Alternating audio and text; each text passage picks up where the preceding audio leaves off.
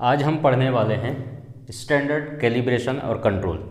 तो बहुत सारे लोगों ने जो है इसके ऊपर सवाल कमेंट्स बार बार करते जा रहे हैं, तो मुझे लगा कि आपको अच्छे से एक बार समझा दिया जाए ताकि आप बार बार सवाल ना कर सकें। ठीक है, तो बायोकेमिस्ट्री में अधिकतर लेक्चर लेता नहीं हूँ, लेकिन आप लोगों ने फोर्स किया है इसलिए मैं आपको एक्सप्लेन करके दे रहा हूँ। और पहली चीज़, जब आप मेरा क्लास सुन रहे हैं तो बायोकेमिस्ट्री की क्लासेस अब मैं एक सीरीज लेकर के आ रहा हूँ, तो इसमें पूरा मैं आपको ये सबसे पहले स्टैंडर्ड कैलिब्रेशन और कंट्रोल समझा रहा हूँ। उसके बाद मैं आपको पूरा कैलोरीमीटर से सेमी ऑटो एनालाइजर और फुल्ली ऑटोमेटिक एनालाइजर कैसे काम करते हैं, वेट केमिस्ट्री और ड्राई केमिस्ट्री क्या होता है, उसके बाद जब हम कंट्रोल लगाते हैं तो हम इसका एलजे चार्ट कैसे बनाते हैं। ठीक है, तो ये सारा चीज़ जितना भी क्वालिटी कंट्रोल के ऊपर है, तो क्वालिटी कंट्रोल भी पूरा डिटेल में समझाने वाला हूँ। तो आप लोग समय निकाल करके, प्लीज़ समय निकाल करके सुकून से एयरफोन फंसाइए अपने कान में और समय निकाल करके नोट्स भी बना सकते हैं, एक एक पॉइंट को आप लिख भी सकते हैं। तो मैं अगर आपके लिए मेहनत कर रहा हूँ तो आप भी अपने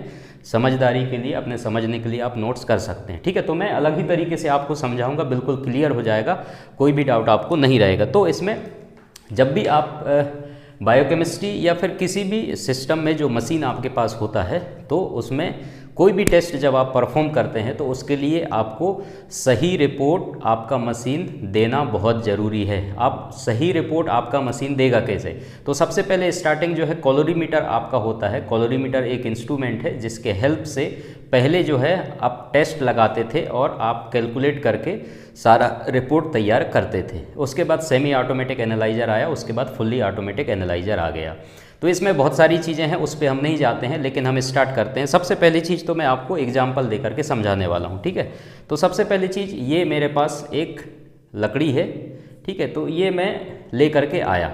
अब ये लकड़ी में लेकर के आया, अब मुझे इसमें एक टेलर का काम करना है। अब मैं इसमें क्या करूँगा, किसी भी चीज़ को अगर मुझे नापना है, ठीक है, चाहे कपड़ा हो गया या किसी भी चीज़ को अगर मुझे नापना है, तो इसमें मुझे लेबलिंग चाहिए जो मेरे को एग्जैक्ट सेंटीमीटर में या मीटर में नाप करके मैं किसी भी काम को कर सकता हूँ या नाप करके कपड़े को काट सकता हूँ। तो ये मुझे काम करना है।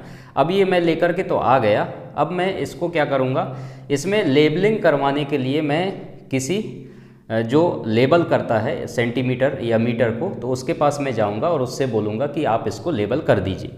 अब मैं गया किसी ज्ञानवान व्यक्ति के पास जो ये काम करता है, उसके पास इस तरीके से ये लेबलिंग वाला एक इस तरीके का स्केल उसके पास है। अब वो क्या करेगा, इस स्केल की मदद से इसको इस तरीके से रखेगा और वो क्या करेगा, इसमें लेबलिंग कर देगा। ठीक है, तो इसमें सारी चीज़ें लेबल्ड है और इसी तरीके से वो सारे में मार्क कर देगा, लेबल कर दिया। ठीक है, तो ये जो लेबलिंग का काम कर रहा है, तो ये आपका क्या कहलाएगा, आपका स्टैंडर्ड कहलाएगा। और ये जो आप लेकर के आए हो, ये आपका इंस्ट्रूमेंट है, नया इंस्ट्रूमेंट है जिसको आपको यूज करना है नापने के लिए। ठीक है, और ये जिससे आप इसको लेबल कर रहे हैं, ये आपका क्या है, स्टैंडर्ड। स्टैंडर्ड कहने का मतलब इसके मदद से आपने इसको लेबल्ड किया है। अब लेबल्ड तो आपने कर दिया, अब जब लेबल्ड आपने इसमें कर दोगे तब आप इसको लेकर के आ गए और आपको कुछ इस तरीके से ये दिखाई देगा। ठीक है, अब ये लेबल्ड हो गया। अब ये लेबल्ड हो गया तो हम क्या करेंगे, लेबल्ड को अब चेक करके देखेंगे कि ये जो मैं लेबल्ड करवा के लाया हूँ, इसमें लेबलिंग करवा के लाया हूँ, क्या ये सही नाप रहा है या नहीं नाप रहा है। उसको चेक करने के लिए मैं क्या करूँगा, कोई भी जिसका मुझे सेंटीमीटर पता है कि ये इतने सेंटीमीटर का है, उसको मैं नाप करके देखूँगा और पता लगाऊँगा कि हाँ सही में ये चेक कर रहा है या नहीं कर रहा है। तो मेरे पास ये दूसरा जो है, एक यहाँ पर देख रहे होंगे 24, ठीक है, तो ये आपको दिखाई दे रहा होगा, ये मेरे पास दूसरा स्केल है। इसका मुझे ज्ञात है कि यहाँ पर 24 तक मार्क्स है, तो इसको मैं नाप के देखूँगा यहाँ से यहाँ तक ये 24 एग्जैक्ट मेज़र कर रहा है या नहीं कर रहा है। ठीक है, तो ये मेरा क्या कहलाएगा, कंट्रोल कहलाएगा। कंट्रोल कहलाएगा जिसके द्वारा मैं इसको चेक करके देख रहा हूँ कि ये सही नाप रहा है या नहीं नाप रहा है। ये देख लिया, ठीक है, 46। उसके बाद ये मेरे पास एक दूसरा रखा हुआ है जिसमें इसमें लिखा है 46 सेंटीमीटर, तो इसको भी मैं रख के यहाँ पर देखूँगा एग्जैक्ट ये 46 दे रहा है या नहीं दे रहा है। अब ये तो बड़ा वाला है, ठीक है, और उसके बाद यहाँ पर हम देख लेते हैं इसमें अब ये 46 दे रहा है या नहीं दे रहा है, ये मैं चेक करके देखूँगा। तो यहाँ से यहाँ तक नाप रहा हूँ, तो यहाँ पर जो है टोटल आपको चेक करके यहाँ पर देगा, ठीक है। सेंटीमीटर अगर मुझे चेक करना है तो इस तरीके से ये यहाँ से सेंटीमीटर की लाइन है, ये इस तरीके से रखूँगा और ये देखिए 46 तक ये आ रहा है, मतलब ये सही मेरे को नाप करके दे रहा है। तो इस तरीके से अब आपको एग्जैक्ट मैं फिर से क्लियर समझा देता हूँ। स्टैंडर्ड, कैलिब्रेशन, कैलिब्रेटर और कंट्रोल, तो इसका मतलब क्या होता है, ठीक है। अभी जैसे मैंने इसकी मदद से आपको समझा दिया, फिर से ये बोल रहा हूँ, ये मेरा सिस्टम है, मतलब मेरा एक एनालाइजर है जिसको मैं लेकर के आया हूँ और मैंने इसको लेबलिंग कराया एक स्टैंडर्ड से। तो सेम सिचुएशन होता है कि जब आप एक मशीन लेकर के आते हैं तो उसको आप क्या करेंगे, एक स्टैंडर्ड की मदद से, ये सेमी ऑटोमेटिक एनालाइजर और कैलोरीमीटर के लिए फॉलो होता है स्टैंडर्ड, ठीक है। हर एक किट के साथ एक स्पेसिफिक स्टैंडर्ड आता है जो मशीन में आप उसको फिट करा देते हैं और मशीन को बोलते हैं कि इस स्टैंडर्ड के आधार पर आपको जो भी सॉल्यूशन आप उसको देंगे, जिसका आपको पता नहीं है उसका कंसंट्रेशन कितना है, एब्जॉर्बेंस, वो सारा कंपेयर करके आपको रिपोर्ट देता है, ठीक है। तो वही चीज़ है इसमें जो ये रिपोर्ट आपको मेज़र करके दे रहा है। कैलिब्रेटर जो आपके ऑटोमेटिक, फुल्ली ऑटोमेटिक जो एनालाइजर आ रहे हैं उसमें क्या होता है, जैसे मैंने स्टैंडर्ड बताया तो अलग अलग, जैसे शुगर का किट आया तो शुगर के किट के साथ अलग स्टैंडर्ड आएगा, और उसके बाद जैसे यूरिया का किट है तो यूरिया के साथ एक अलग स्टैंडर्ड आएगा। लेकिन कैलिब्रेटर के साथ ऐसा नहीं है, कैलिब्रेटर भी है एक स्टैंडर्ड की तरह ही है, लेकिन कैलिब्रेटर एक हाई क्वालिटी स्टैंडर्ड है जिसमें एक ही ये सॉल्यूशन रहेगा और एक ही सॉल्यूशन के अंदर सारे पैरामीटर को वो क्या करेगा, आप कैलिब्रेट कर सकते हैं। सारे पैरामीटर्स के लिए स्टैंडर्ड जो है आप उसमें फिट कर सकते हैं। इसमें अलग अलग टेस्ट के लिए अलग अलग आपको स्टैंडर्ड की ज़रूरत नहीं पड़ती है, एक ही कैलिब्रेटर का सॉल्यूशन आपके पास होगा और उसके थ्रू आप सारे टेस्ट का, जितने भी टेस्ट हैं, ठीक है, तो सारे टेस्ट का जो है आप क्या कर सकते हैं, उसको कैलिब्रेट कर सकते हैं।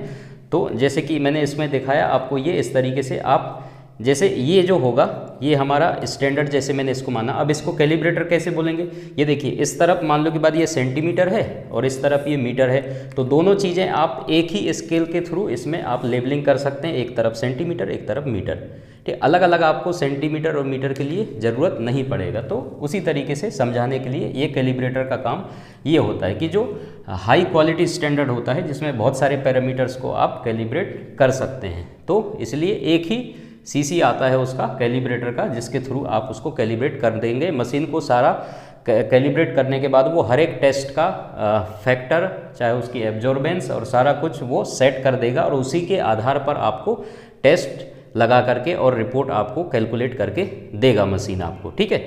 अब हम बात कर लेते हैं कंट्रोल। अब ये कंट्रोल होता क्या है, कंट्रोल का मतलब ये होता है कि जो आपने स्टैंडर्ड या कैलिब्रेशन किया है आपके मशीन को, जैसे मैंने आपको एग्जांपल समझाया, इसकी मदद से हमने इसको लेबल तो कर दिया, लेकिन ये लेबलिंग सही है या नहीं है, उसी तरीके से ये स्टैंडर्ड और कैलिब्रेशन हमने कर तो दिया, लेकिन ये क्या सही रिपोर्ट दे रहा है या नहीं दे रहा है, उसको आप पता कैसे लगाएंगे।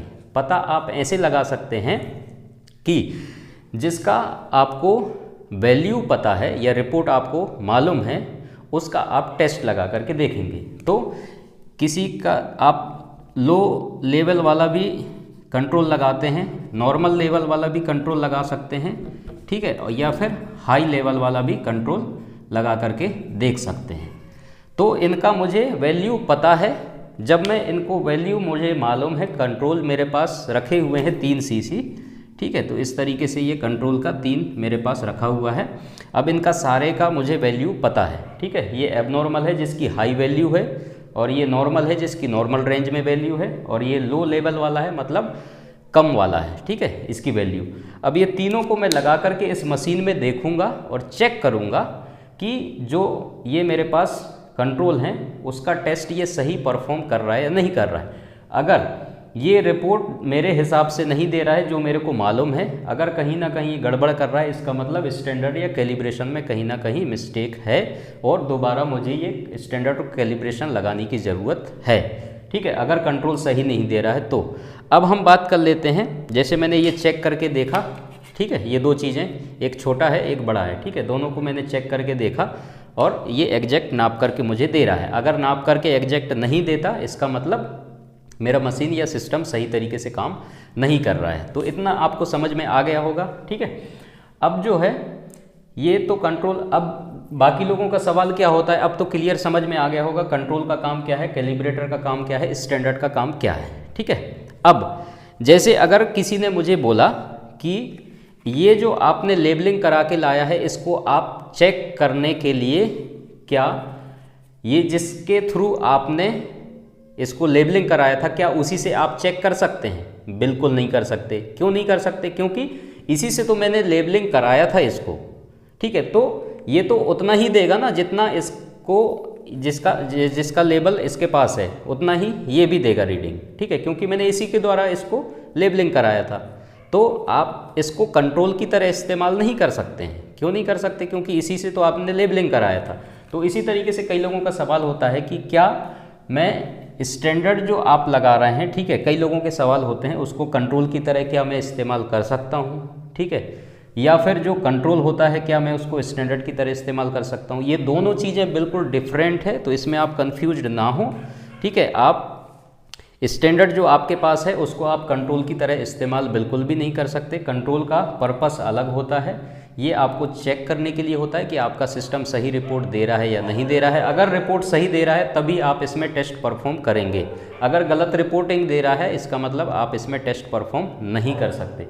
तो ये तो रहा आपका स्टैंडर्ड, कैलिब्रेशन और कंट्रोल का, ठीक है। तो आपको क्लियर समझ में आ गया होगा। तो जैसे कि मैं आपको यहाँ पर सारी चीज़ें बता दिया, और उसके बाद जो है स्टैंडर्ड का मैंने आपको बता दिया। जो सेमी ऑटोमेटिक एनालाइजर होते हैं उसमें अलग अलग किट के साथ आपको स्टैंडर्ड देखने को मिलता होगा। सारा चीज़ उसमें सेट करना होता है। कैसे सेट करते हैं सेमी ऑटोमेटिक एनालाइजर में, वो सारा चीज़ अगर समय मिलेगा तो मैं आपको बता दूंगा, लेक्चर ले लूँगा। कैलिब्रेटर, इसका भी मैं वीडियो प्रैक्टिकली आपको बता दूंगा। अगर आपको समझ में अभी भी नहीं आया होगा तो कैलिब्रेटर हम किस तरीके से इसको रन करते हैं मशीन में, ठीक है। और उसके बाद कंट्रोल को जो है, कंट्रोल तो बहुत आसान है, ठीक है। कंट्रोल का आपको लेवल पता होता है, उसी की रेंज में हम देख लेते हैं। अगर कहीं फ्लैक्चुएशन है, रिपोर्टिंग गलत होती है, तो उसको हम दोबारा से कैलिब्रेट करने की हमें ज़रूरत पड़ती है। तो आई होप ये आपको जो है वीडियो या क्लास जो है आपको समझ में आ गया होगा।